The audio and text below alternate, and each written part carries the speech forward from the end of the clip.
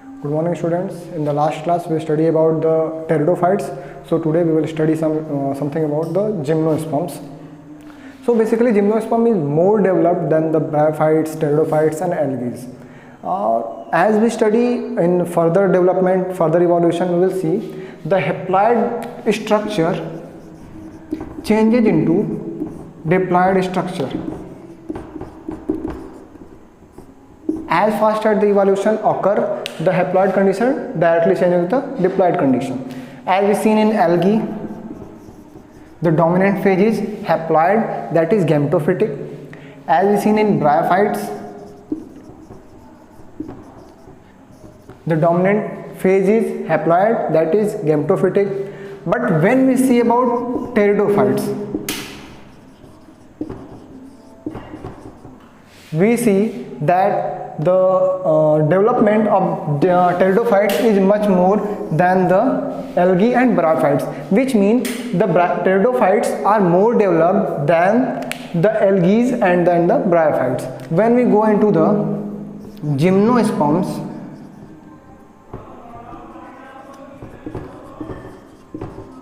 we see that the gymnosperm is much more evolved than the pteridophytes. In pteridophytes there is no seed formation, but in gymnosperm there are some kind of seed formation takes place.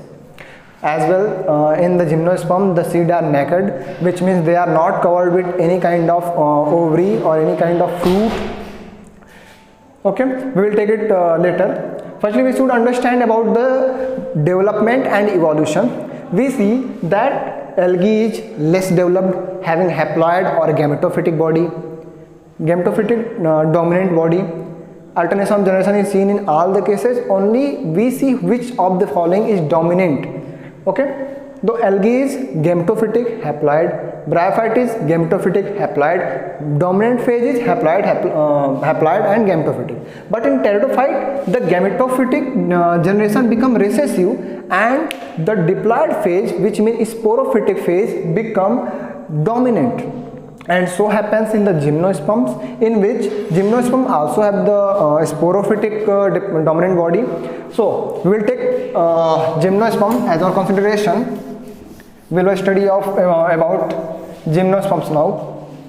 So in gymnosperm there are some modification, there are some evolution we can see in gymnosperm. As in roots, we see in pteridophytes, in algae, in bryophytes, there are no such evolution or no such development seen in roots.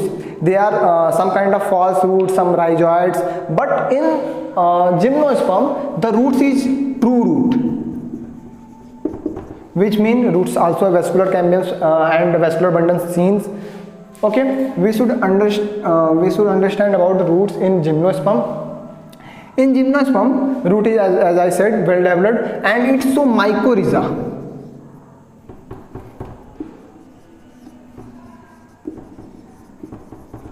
Okay, it's so mycorrhiza. Mycorrhiza is a symbiotic association between the roots of tall trees.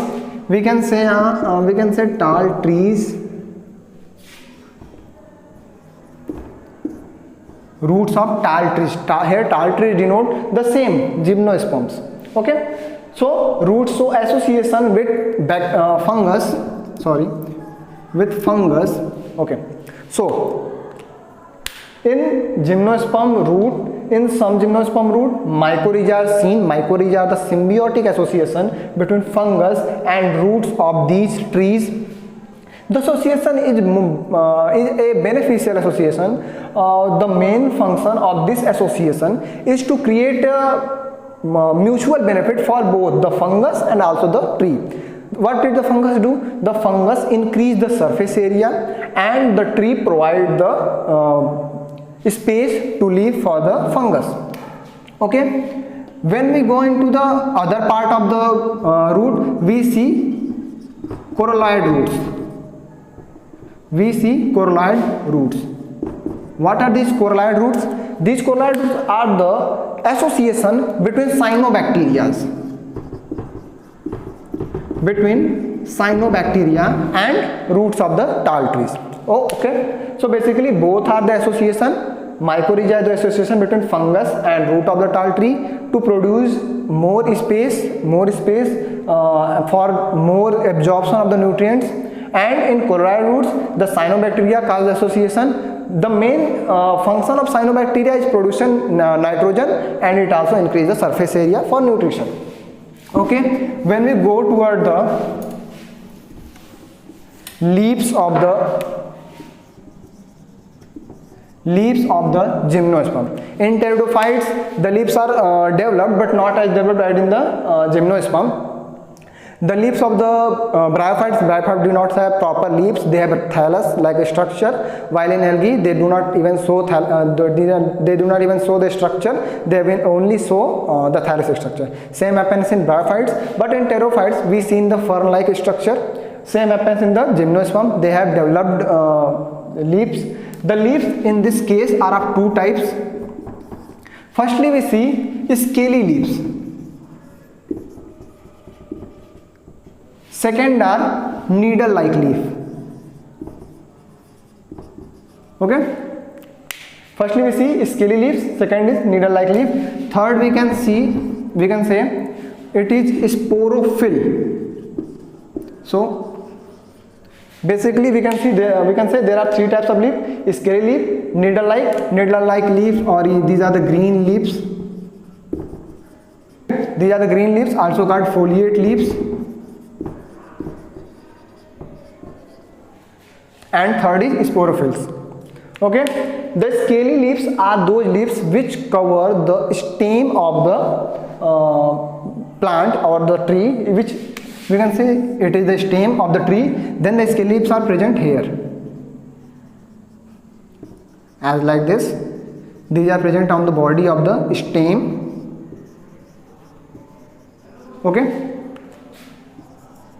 The main function of the scaly leaves is the protection of the stem, while the needle leaves, green leaves, or the foliate leaves, their function of needle leaves, basically we can understand by green leaves. The function of green leaves is photosynthesis, and it produces the nutrition, produce the food by photosynthesis, and it is also known as foliate leaves because of its structure. The third is sporophyll. Phyll means leaf, and sporo means spore. So basically these are spore bearing leaves. Okay, these are the spore bearing leaves, means these leaves bear the spores of that plant, whether it is male spore or female spore. Okay, if the spore is male, then we say it is microsporophilous, and if the spore is female, we say megasporophilous. So we can say it is of two types. First is mega sporophyll, and second is micro sporophyll. The mega means big, which means female spore producing part. Okay, and the micro means small, which means male spores producing part. It is basically look like a cone. It look like a cone. You can say inverted cone. Okay, some cone like structure are seen. So it is cone, or it is also known as strobilus. I will write it here. Strobilus. Okay, it may be. Let me make it clear once again. Leaves are of three types: scaly leaves, foliate leaves, and third is sporophylous. The scaly leaves present on the stem. Its main function is protection. The foliate leaves are for photosynthesis to produce food, and the third is sporophylls. Sporophylls are the spore-bearing plants, spore-bearing leaves, which bear the spore, that is megasporophyle and microsporophyle, which bear female spore, and microspore bear male spores. Okay. Now we will move toward the sexuality of the gymnosperms. Okay, gymnosperm may be monoecious. Okay, let me write it bigger. It may be monoecious or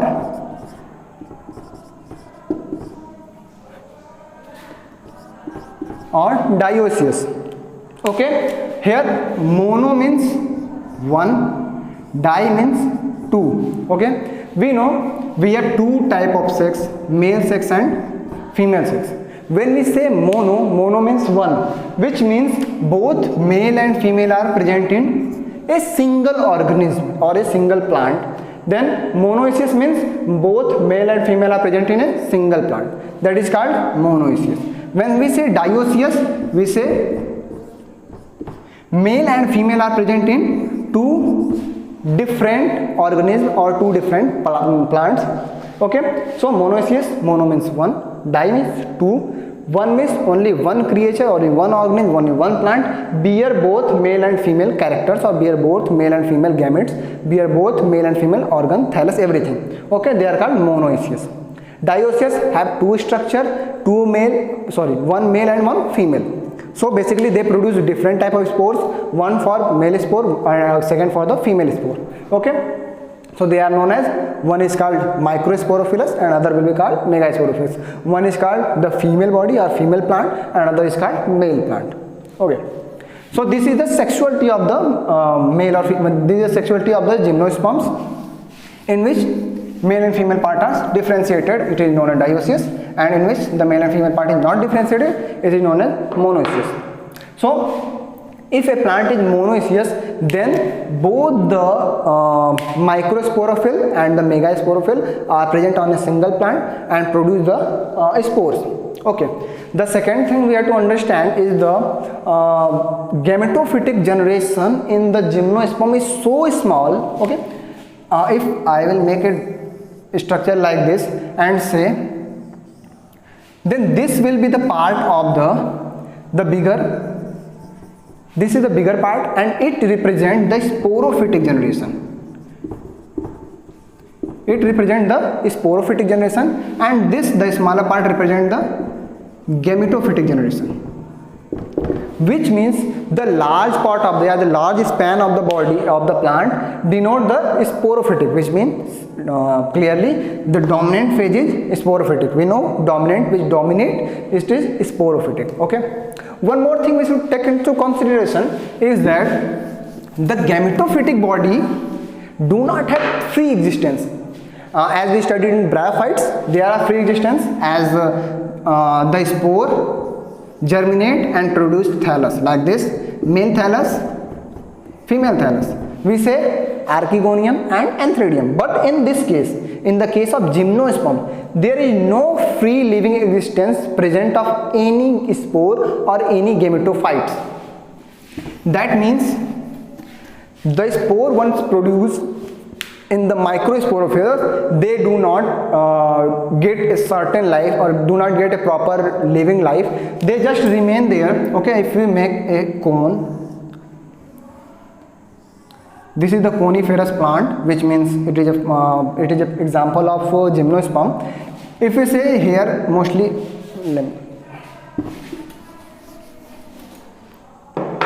if we say here is the strobilus and it is for male spore.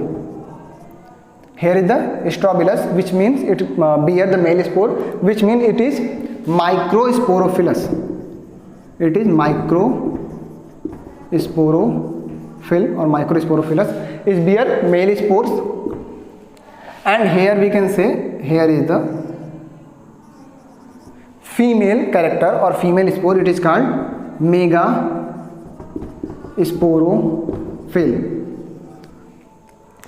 The megasporophyle, which means the ovule, which means the ova, it do not leave the megasporophyle. It do not leave the megasporophyle. While in bryophytes, the male and female spore leave its body and develop a free life. While in gymnosperm, the megasporophyle do not leave the body and stay here, and the male body leave the male spore, leave the microsporophyll and fertilize the megasporophyll inside its body.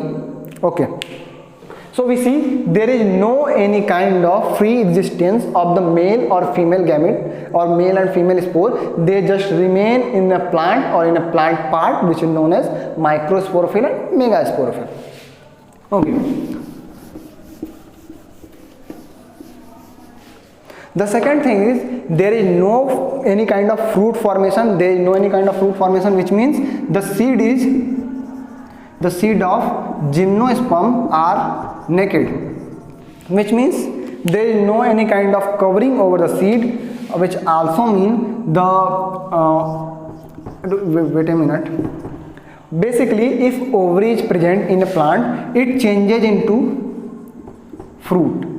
If ovary is present in a plant, it changes into fruit after fertilization, while the ovule changes into seed, the egg, we can say egg, the egg after fertilization changes into embryo. Okay, let me draw a figure. Suppose it is an ovary and the ovule is present inside the ovary. Synergids, antipodals, okay, synergids, we will study it later, but just we have to know the name. It is known as synergids, it is antipodal. We will study it in the anatomy of the flowering plant. Basically we have to understand this. And it is the polar body. Okay, the egg is present here. Once this is the egg, once the egg was fused, it changes into embryo. This is the ovule. The egg is present inside the ovule. So once the egg was fertilized, it changes into embryo, and then the ovule changes into seed. So basically it becomes like this. This is the seed and the embryo lies inside it, and the ovary, this is the ovary, and the ovary cause the formation of fruit. So when we eat or when we see a fruit, the fruit is the outer covering, inside it lies the seed, and inside the seed the embryo is present. Okay, when we see the gymnosperm, there is no ovary formation. So if we remove the ovary, we see the ovule is free, and ovule is free, so the embryo lies inside the ovule, and when the fertilization takes place, the seed remain naked, and it remain as naked in position, and the embryo lies inside the ovule. Okay, this is the basic feature of a gymnosperm. Okay, this is the basic feature of a gymnosperm, that it do not have proper fruit formation. So the seed lie as in a naked position, and we can say it is a characteristic feature of gymnosperm. It is seen nowhere else, only in gymnosperm. There is no fruit formation, there is no flower formation. Flower formation takes place in the angiosperm. So if you draw the structure of a gymnosperm, alternation of generation, okay, here we see the strobilus for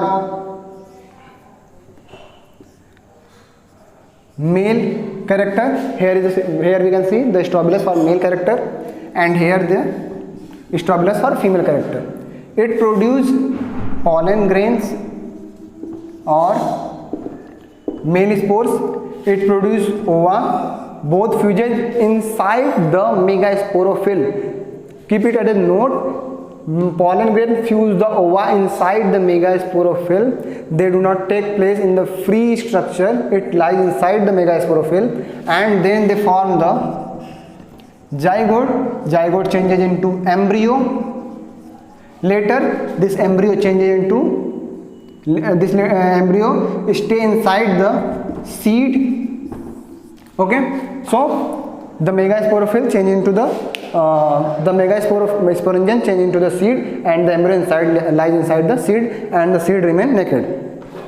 This is why we can say alternation of generation. There is no any kind of free living existence of the pollen grains and ova take place. So it is, we can say it is more evolved than the gymnosperm, than the bryophytes and the algae. and the pteridophytes. One more thing, the needle-like structure of the leaf is actually a modification.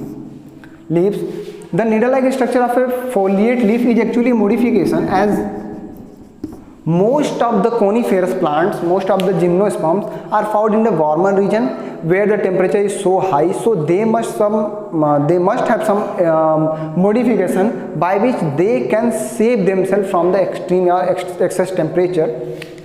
So once the leaf becomes needle-like, what are the changes that occur once a leaf becomes needle-like? First, the surface area decreases.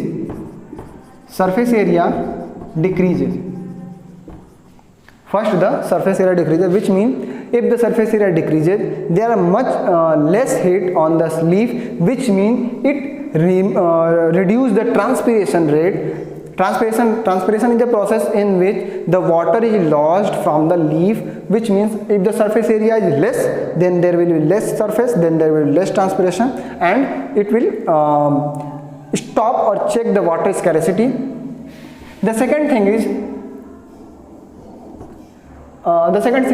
the foliate leaves also have sunken stomata. Okay, sunken stomata मतलब it was like when its normal shape is this. Once it gets sunken, its size decreases, so it becomes like this. Its size changes to this. Which means its size decreases, which also helps in checking the water reduction. The third one